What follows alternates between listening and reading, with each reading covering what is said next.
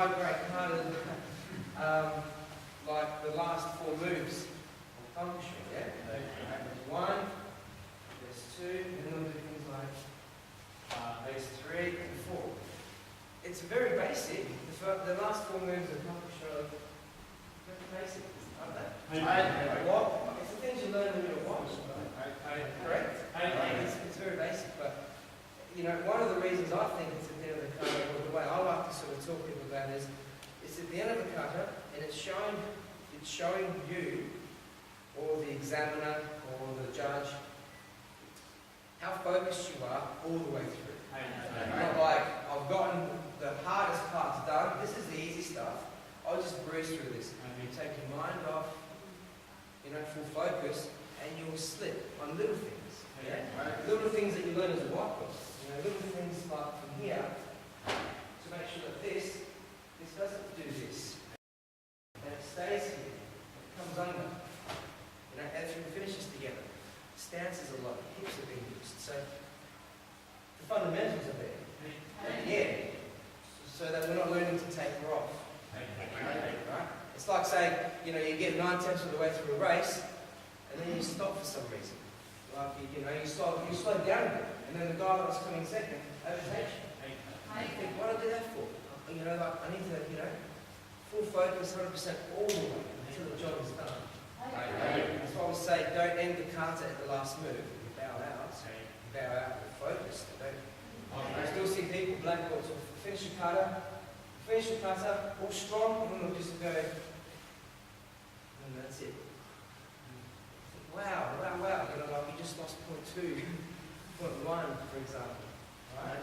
Even if it isn't a tournament, just in your mind, you're always, you know, I'm not saying this in a nice way, but we're always being judged by our, yeah? And we're always as good as our last performance.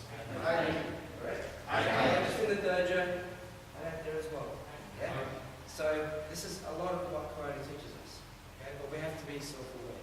That's critical, isn't it? And that's why I think this first hour of training helps us to remind ourselves of that self-awareness.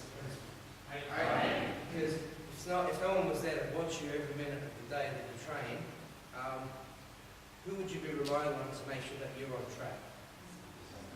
Exactly, yourself. Alright? And even though I'm here, or, you know, Sister Anthony or Sister Anthony, or even the other senior instructors are here, it doesn't mean that we wait until someone sees the, you know, the inconsistency in us before they tell us.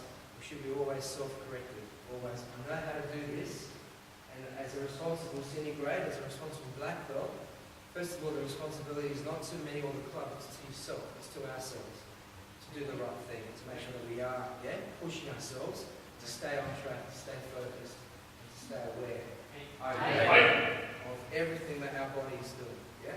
Okay. Good. Any questions? Yes.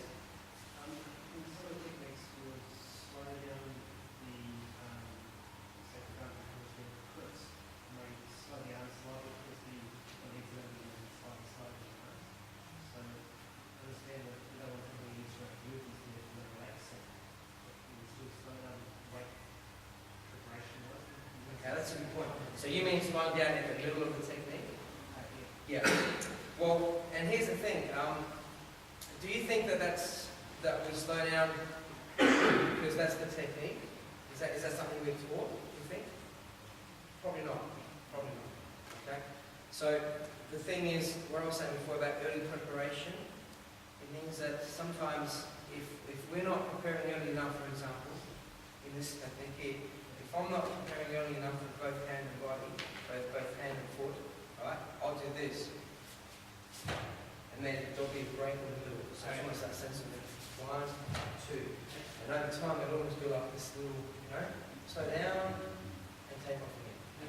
I mean, I'm joking about, you know, unless there's someone taking photos and they need you to sort of pause halfway through, you know what I mean? Unless your mum's over there and you're going, hey mum, here, now.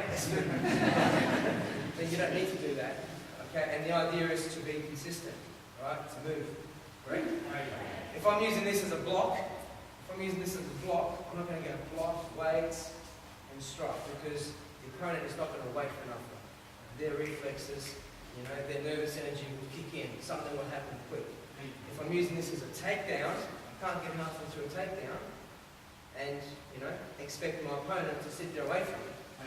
Just to see if the whole thing's going to work on it. So the idea is to speed up, to get your, you know, sometimes hands are quicker than legs, other times legs are going to get through quicker than hands, so you've got to match it up, so that it's consistent, so that as I'm moving through, you know, you're trying to not have that.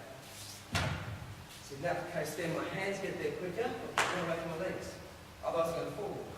Right? I'm going 1, 2. Notice how my legs are, hang on, my legs are a bit behind. I'm going 1, 2. Right? So I need to say, come on, hurry up, legs, move. And that's a good point, and that's part of the self-awareness. Why does it feel like I've got a little slowdown in the middle when the move should be consistent? Yeah? One speed all the way through. Okay. So you might find it's that. You might find your hands are doing too much. For example, I might be here and a little bit slow for you. I might be doing this. So what I was doing is, apart from doing this and getting my hands are not, they don't need to be there. Right? And then my hips are turned to front.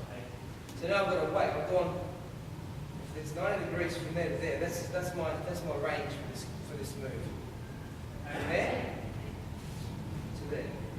That's my hip range. What some people do is this. They go 1, 2. So I've gone an extra 30, 40, 50, 60 degrees. I don't know the exactness. But what I go out further, I've got to come back again. So if I'm out 30 degrees, it means I'm going to travel through 60 degrees. That takes time. And that while I'm doing that, I'm in standstill. My whole body has gone from here to here, while it's waiting for things to happen, and then out. Okay? Whereas if I bring the technique back to what it should be only, I'm going to go from here straight to here. That's my halfway point. Okay? And then back. Alright? Rather than big wide open here, overextend, back to where you should be, and then out. You know what I mean? That's what you've got to be looking at. So what you're saying is a good point. So I want to go from here consistently through. So it should be almost smooth without stopping all the way through. As you sort of build up a bit of speed, that's when you're going to say that the faster you go, the more careful you've got to be colouring in those lines. Because we like to, as we get faster, try harder, be stronger. This is where the men get it wrong. Alright, because we're a bit thick that way. You know, we're a bit, yeah? Haven't quite grown up yet. Alright, we want to get there first, and fastest, and strongest, and best. Alright, and then we get, and then we miss everything. So it's about containing our technique, it's about having self-control. Self-control doesn't just mean about, you know, what's in here. In creating, it means we start self-control by how we use our body, controlling our body. Right? Yeah. So from here, up. So trying to resist that up, stop, hold, and down. Okay? Good question, Jim. So we talked about George talked about before, this is stepping through Wazuki. If you're sitting through a Gyakuzuki, a lot of power is created by your hips. You turn off and do it prior to executing that. Yes. So when we step through like we just did then, alright, we'll do some Gyakuzuki now. But when we step through, alright, our aim is to step, land and punch together, yes? That's what we're doing. When we're stepping through Gyakuzuki, step, and then through the hips. Okay?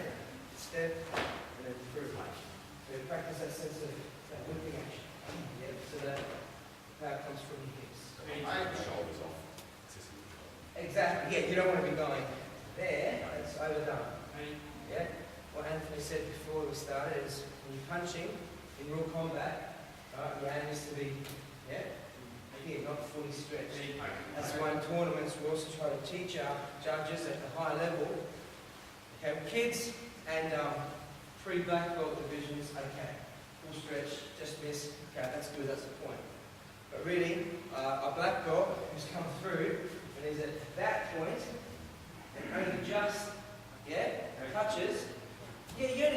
but if that was real, the guy would have laughed at you. He's gone. And then smacked you. Makes sense? To show that the technique you did, even though it's non-contact, would have been damaging. Right? Makes sense? Any other questions? Alright, so what we'll do is, I want to work on a little bit on these two techniques that these guys mentioned. This is almost like a script. You went through the backstand, Unless you guys know something we don't know.